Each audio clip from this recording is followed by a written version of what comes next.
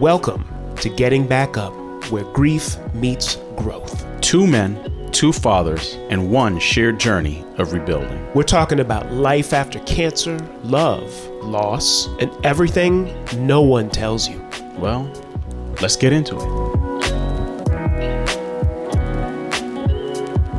Welcome to Getting Back Up, Finding Life After Death. I'm David McClain. I'm Jamal Jones. Jamal, I have a quiz for you. Okay, here we go. Yes.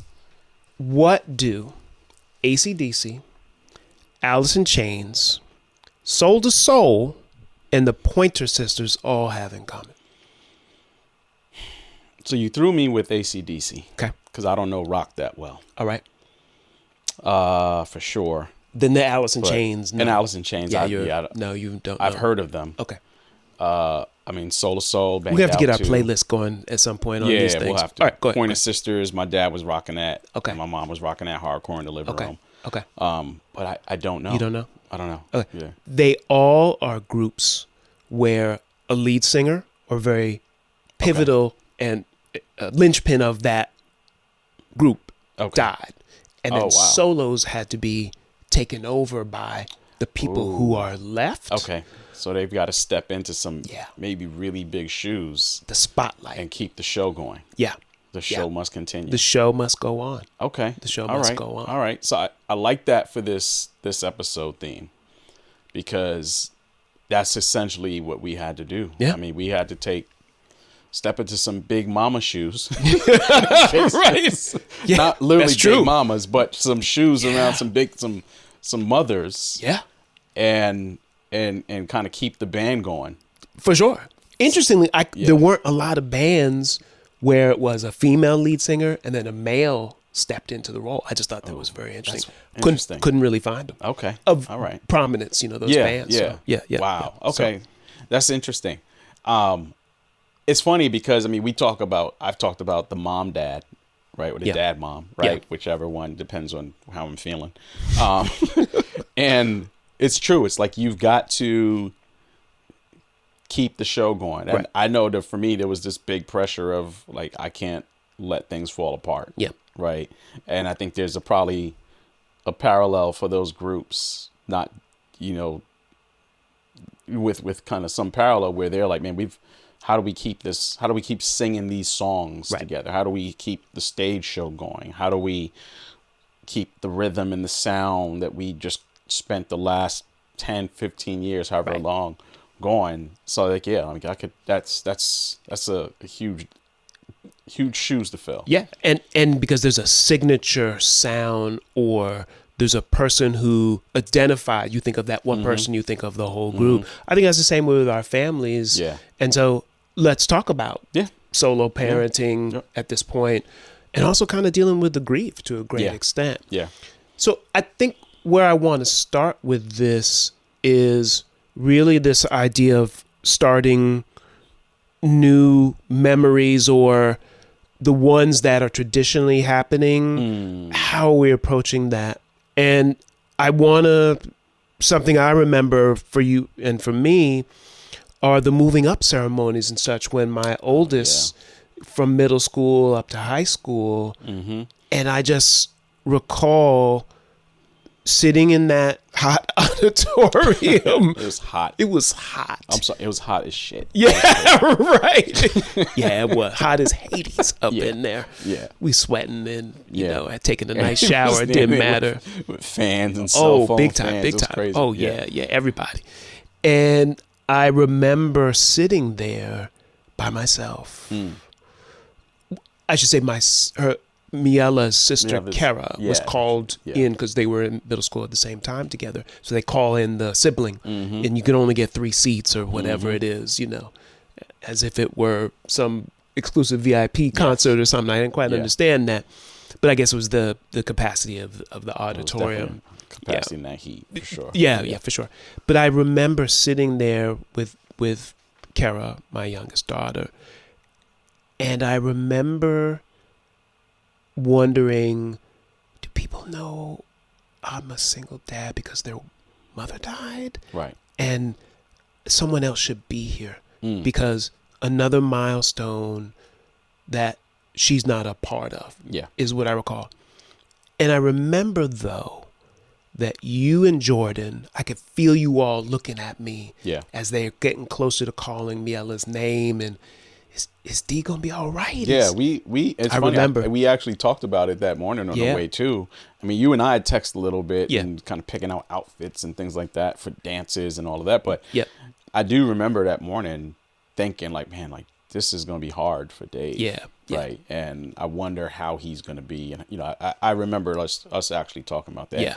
And I remember Jordan was like, man, there's no seats next to us. Can we get there? Because I think we didn't want you to feel like you were alone. Yeah. And I think it was a part of us. We were looking, like, hoping you would see that we're looking. So we'd be like, good.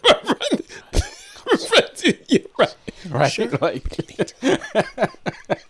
exactly. So I think we definitely, because, I mean, you know, I had been there, right? Jackie graduated. I remember, middle school, right? Mm-hmm. Jackie was graduating middle school, and I was single. I think I maybe just started. I think I was getting ready to date Jordan, or like we were. Okay. We were. So she friends. wouldn't have attended that graduation. Yeah, I don't think. Maybe she did. I think she did, but I think it was like not as a date, as a friend, right? Right. Yeah. But still, like, even she was like, "Are you okay? Yeah. You're all right." Well, because again, the parent, the mother, isn't here anymore, and should be for these milestones. Mm-hmm. Yeah, for sure. Yeah. Do you remember dinners? Yes, I think dinners were just Saturday dinner, Sunday lunch, dinner, whatever. Every dinner. Again, part of it. The first few. Again, Joan was in the house with us for the first few months, and then we moved into the house by ourselves, and it was just three of us. And there was definitely this part where dinners out and at home would go through this period of like, I've got to do this extra air filling. Like, I've got to speak on behalf, or speak as if I'm both people, right? You know, I've got to find more stories. I've got to find more jokes in this period where I don't know if any of us really wanted to joke, right? We were still, you know, in the grieving phase. Still raw. Still raw, you know, and everybody's going through all this change. And I remember just being in a place where the silence of dinner, and when they wouldn't have a story, because they're going through that period where, like, they're talking but not, right? Like, how's school? Fine. You had a good day? Yes. Okay. Yeah. And you can ask as many open-ended questions as you can. And they will find a way for it to be a closed-ended question. It's fine. Did your teacher? Yeah, exactly. That's the key, right? You know, we went through this exercise. Okay, like, you know, give me a best or worst. Right. And I had to go to school. Wait, that was the best or the worst? No, the worst. What was the best? I came home from school. Oh my gosh. Right? Like, so, I mean, it was just, dinners just were so, and then, you know, I think because of that, it was like, okay, we're going to invite grandma to dinner today. We're going to go pick up Nana, and she's going to come to dinner with us. Or let's go get your cousin. Well, you're lucky to have that. Yeah. Now, I was blessed system. to have that support system close by, because there were days where I was like, I don't have the energy. Like, I can't do this. This is hard. That too. That's solo parenting, baby. And then there's an element where, again, we go back to people are watching you. Yeah. They're like, why is he alone? Why is he alone with the kids? Yeah. Where's the mother? Right. And it's like you get this, or if the worst is when you see people that you know and they walk over to you, and it's the awkwardness of them walking over to you sometimes. And like, so how are you guys doing? Yeah, the right question. How we're doing? Yeah. Do you yeah.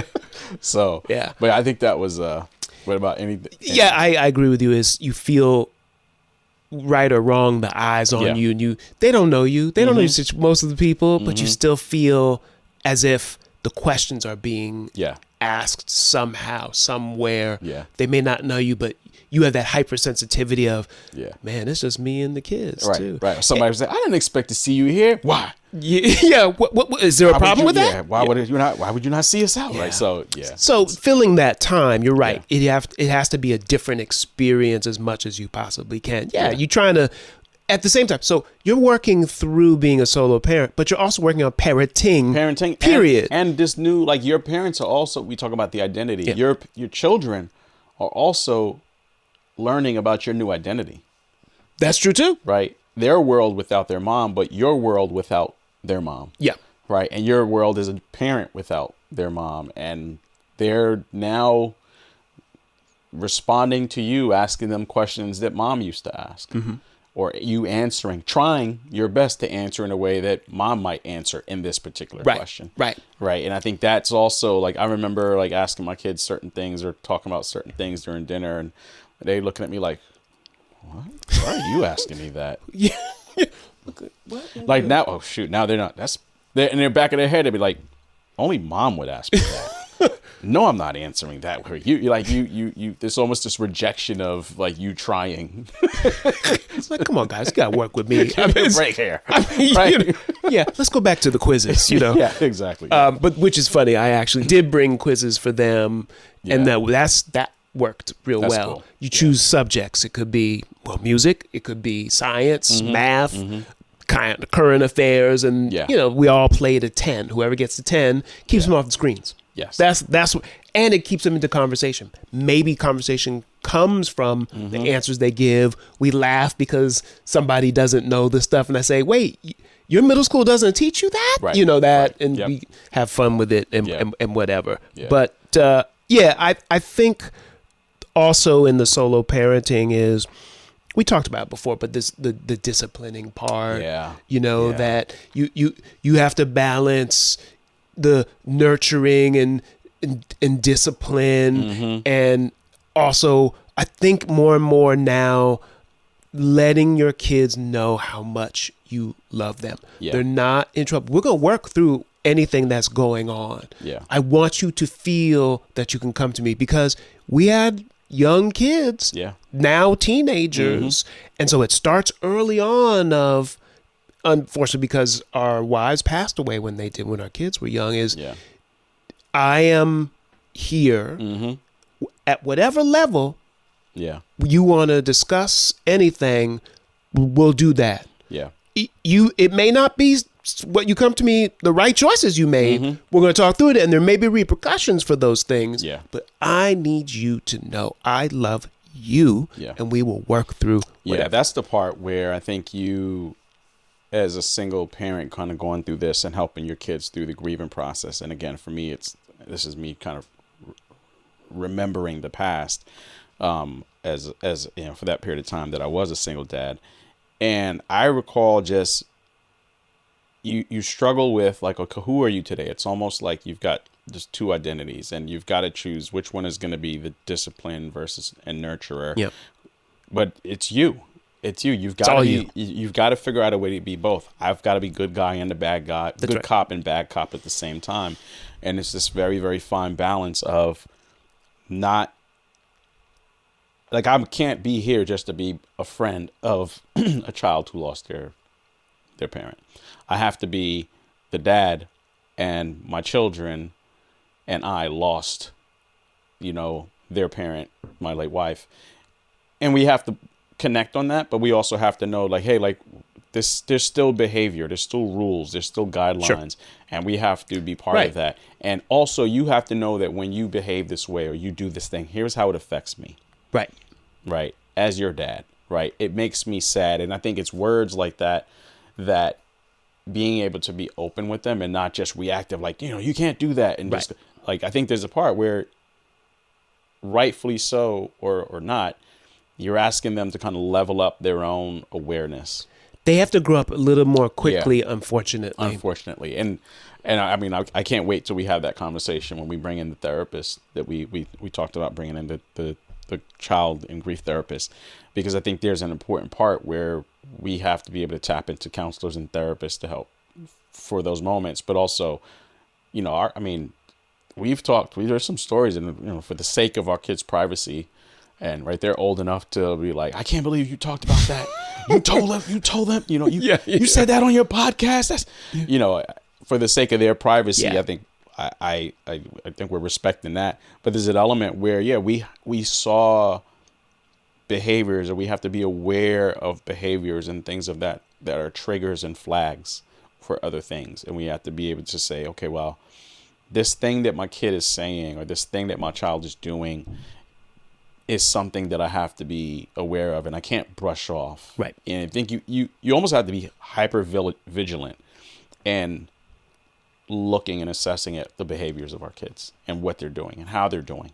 Right. Like at this point in time, even when I disciplined, I would go to my kids and check in on them. How are you feeling? Are you okay? I still love you. Yeah. Oh, important. Right. Like I know, listen, I don't want to have this conversation. Or I don't want to do this. Or I don't want to have to punish you or like or whatever. Right. But like, I love you, but we both have to do better. Right. And I think that's the conversation where for me, I always made it we.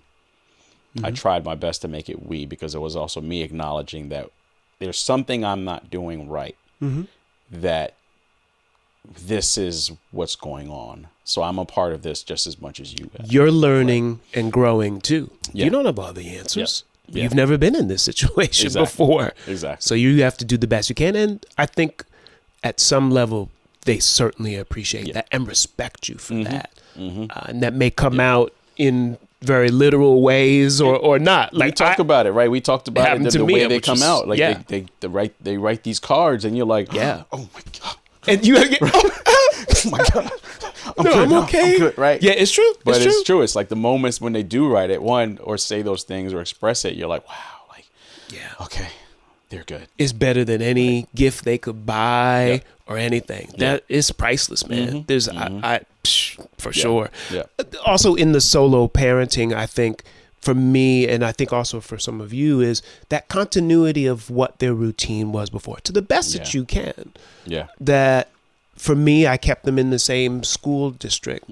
Had to travel a couple more minutes in our situation where we live. However, same friends, same school, so that not abrupt change as abrupt as losing their mom, essentially. That was something that I dealt with that a little bit. We were living in Austin at the time, and yes, we had a system and a community in Austin, but the core of my community, especially at that point in time in my life, because I just lost my wife, and all of this trauma happened for me. Like my core was my parents and my sister, and they were in New York, right? So there was a part of me that was like, man, I want to move to New York. And I think a lot of my friends and my family thought that I was gonna like Jamal's probably gonna move to New York now, and I held on, right? And I didn't. And part of it was exactly to that point. I have to try to maintain the stability for my children, and limit the amount of change they go through, and make sure that, to your point, the continuity of their immediate community right now. That continuity and familiarity. And familiarity. And like, it was Nana, it was the cousins, right? Or at least, their older cousins, two of their older cousins were there. And then, their uncle was in town, so I had these elements of community, and their friends as well from their schools were there. Later down the line, after COVID and being isolated in the house, and then Jordan and I had my daughter Simona was born, and the four of us basically taking care of a baby, an infant, and realizing, okay, like our community isn't big enough to support this. And then also realizing at that point in time, like, you know what, now's the time for us to leave Texas. I had to go, and that was a fracture for the kids, right? Like us moving while my one daughter's in middle school, Jackie's going into her senior in high school. Thankfully, we got a great job offer for our family, and we said, hey, like, this is a great opportunity. Be closer to the other part of our community right now. And that was hard, but it's still kind of drilling in and reinforcing and going through that change. But it was initially in the immediate years after, it was maintaining that stability and and community structure.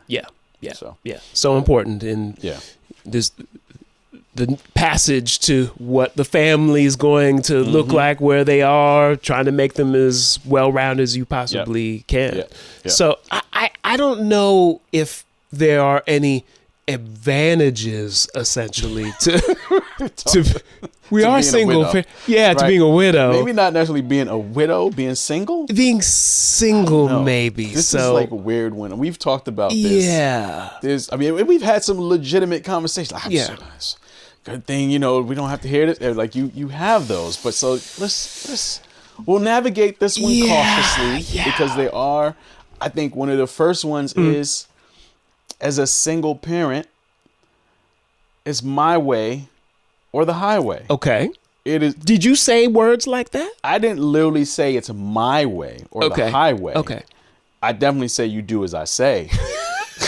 You pulled that from the Jones household you grew up in, right? That's Miguel Jones there. Miguel Jones. That's military Mike coming in. That's right. But no, I mean, I think there's an element where like you're used to co-parenting. You're used to this other perspective, this other opinion. And now you don't have that. And there's part of you is just like, I don't. And once you fall into the comfort of your identity, it's like, I don't need another opinion. Yeah. And my opinion this is my opinions on its own. Exactly. But then there's also, like, this is my, and then you don't have to worry about somebody coming back to you late at night. Like, you shouldn't have said that. Mm-hmm. That was, you handled that the wrong way. In the back of your mind, you're like, damn it, did I handle that the right way? Right. Yeah. Exactly. But you don't have somebody that come in as you trying to roll off the bed, and you like, I just want to let you know you were a little harsh on the children today. Right. You don't have to. And you feel like a failed human being and father and all that. Or that's the only punishment they get for that.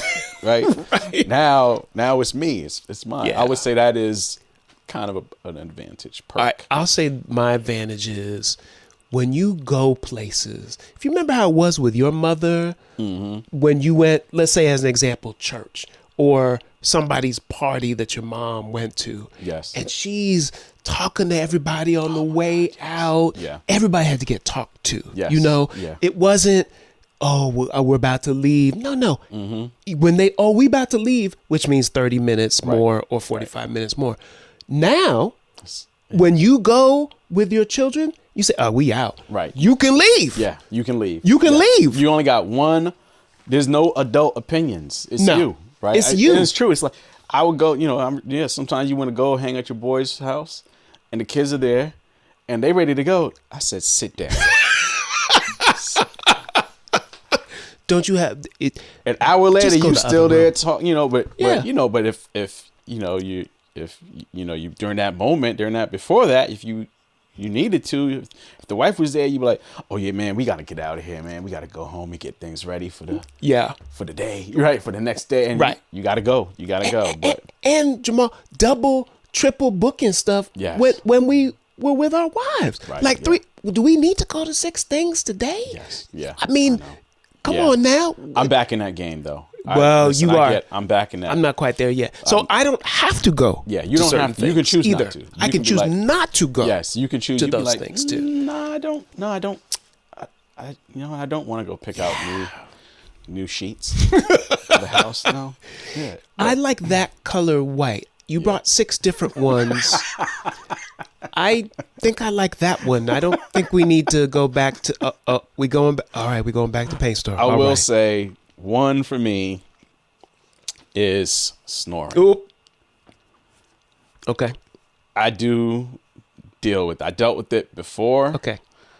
And there was a 2-year period where I didn't have to worry about, interrupting anybody's sleep. Okay. And now I gotta pay attention. So it's not necessarily like, I look at it, I still get the gentle reminder that there's somebody next to you who loves you. Is that the way you Yes. Oh, so that's just how you say that now. Because pretty soon she's going to need you in the ribs. No. I'm talking about now.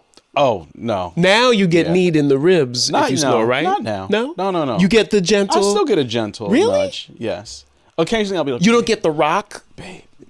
You get that? Oh, she's nice. Oh, wow. Listen, at some point in time, there is going to be a snoring solution. A snoring solution? That calls us and says, hey, we want to promote you because Jamal got snoring issues and we want to sponsor you. on this. Yeah, that's true. On some point. Maybe that will happen. Happy wife. I want to, we both share in this one. Okay. When you were single dad. Yes. If there's a list of stuff to get done, it doesn't have to get done when the wife says, because you ain't got no wife. Yeah. Who's, baby, the the dishwasher is still making a lot of sounds. When are you going to? Yes. You know, none of that stuff. Yeah. These paintings need to get hung. Yeah. Which, by the way, I need your help. You need. Okay, I'll help you next weekend. So. Yeah. Hey, it's gonna have to get done at some point. It's gonna ain't gonna get done today. I mean, there's a list, but you can manage that list as you during that time. You can manage that as you see fit, as you fit it in. Totally. You know, you want to hang a picture today, tomorrow, or sitting on the floor for 6 months. That's fine. No problem. It's okay. You can't do that in a because you get looked at. Yeah, and there will be a conversation around it, and maybe it is symptomatic of a bigger conversation about you are selfish or you aren't responsible or whatever it turns out to be. Yeah, and I knew I knew I shouldn't trust you on. Wait, trust issues. What are you talking about? I just didn't take out the garbage. I'll get to it. I just want a question. Were you able? Yes. To binge F1 all day Sunday? No. Well, but luckily for F1, it's on in the morning. Oh, okay. But it's really the Liverpool matches. It's the early morning. I could do that. It's at times it could have been I got looked at if it were on at 11:30 and we're supposed to be at somebody's birthday party or something like that. Yeah. That did happen. I'm sure it did. You got to pick your times. You got to pick again. You don't have to pick your times anymore. That's right. Yeah. You don't. So that is definitely an advantage. Some of the more serious advantages I definitely is it's a big, I guess. I wouldn't say pressure. I wouldn't say obligation. Responsibility of being the only parent, the autonomous parent in these situations. Yeah. That sometimes you do need to, could I not have raised my voice in this way? Right. Could I have covered it a little bit more? Because it's not about the moment where I feel good because I raised my voice or did whatever, versus here's what I need you to understand about how we as a partnership, because we're here together now with with the kids, how we move forward, because I want you to understand and grow in your sense of others around you, your responsibility, which aren't many compared to what it is I have to. So I think that's the serious one that really taking that on as autonomous parenting, that's a big one. Yeah, I think one is the that I think of is like the bond with the kids. I think definitely, they always talk about the connection between children and their mothers, and like how, mothers are nurturers to, in some capacity, and loving and the hugs, and then the fathers are the more the it's stereotypical because I don't necessarily think it's the case, but they say fathers are the authoritarians and structure, and I do feel like definitely your bond is different and builds in a different way in this, that you probably didn't have before. And I see it sometimes because I had that window where I had it, I saw the kids with their with Janice, and then I saw them with me and like how my bond kind of connected with them. And then now I have my daughter, Simona, and she could give a rat's ass about me many days. There are many days she like walks in the house and she's like, "Hi, Dad, Mommy." Like, and it's like, okay, and it's funny. It's like you see people in the out in the store, and I feel like all the dads are looking at me like, I know, me too, right? Yeah. And but there's a part where it's like I remember like that closeness, during that period of time, and it's not that I have a great relationship, super close with Simona, but I do think there's a difference, right? I think when there's not a mom there and it's just you, I think the kids have an opportunity to bond with you, and you have an opportunity to bond with them a little bit differently. Yeah. Probably because they are getting to see this other nurturing element of you that you didn't necessarily have to showcase before. Yeah. When they had a mother in their life. So. Right. And then to the solo parenting, I think the self-growth aspect, because we kind of played up to it, but it's really the case that what you did, we talk about original programming a lot on this podcast. Yeah. What you learned in your home doesn't have to translate to the one Right. that you now are the head of household. Yeah. The lone sole head of household. So I think it's that opportunity to assess, hey, does this work for the dynamic we have now for the children and for me? So it's that opportunity, I think, that advantage of, I can do things we could talk about differently a lot. I can do things differently. I don't have to do what was done before. I can't fill the shoes of who was here with me. So it's the reflection and assessment of, okay, this is the decision I made this time. It's going to be different, particularly as these children grow and become more mature and more aware of, do I respect that decision? Because they're going to have more opinions and shown through their behavior. That's what I mean. Not because, opinion's not really going to matter all that much if I'm the parent. When you say opinions, and like what? Like everybody has them? Exactly.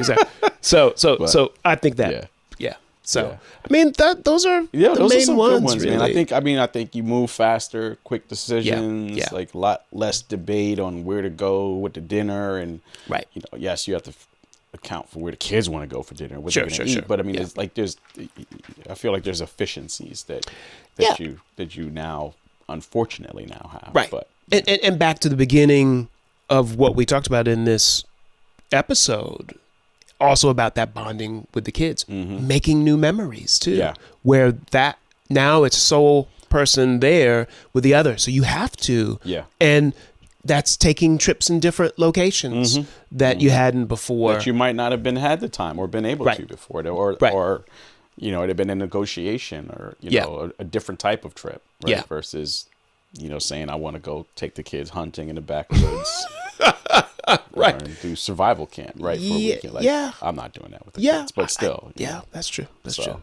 No, this was good, man. I think, I can't wait. I think the great moment of this that kind of pairs this will be when we have that opportunity to talk with, the therapist that we're talking to. I look forward to that. And bringing that to this story and letting not just people hear our opinions, but hear somebody else's professional opinion on, maybe this is the right way. Here's some other things to consider. But exactly. I think either way, it's healthy and needed to go deeper into this conversation. For everybody. Exactly. So yeah, man. So we thank you again for joining us here on Getting Back Up, Finding Life After Death. Yes. The podcast. Yeah, we want to hear from you, as we have mentioned in all of them. The number is right there. So give it a call. You can text the number. Text, call, your questions. Whatever you want to do. Your suggestions. Whatever works for you. If you have something you want to hear about, DM us, hit us on our socials. Get Back Up Podcast, and we'll talk to you next time. Thank you. Thank you for joining us on Getting Back Up, Finding Life After Death. If something in today's episode spoke to you, pass it on, because somebody out there needs to hear this. For sure. We're on all the social mausoleums, so follow us on Instagram, Threads, TikTok. Mostly it will be in the form of Get Back Up Podcast. And be sure to subscribe to us on Spotify, Apple, or wherever you get your podcast. And remember, getting knocked down is part of life. But getting back up is how we live. We'll see y'all next time.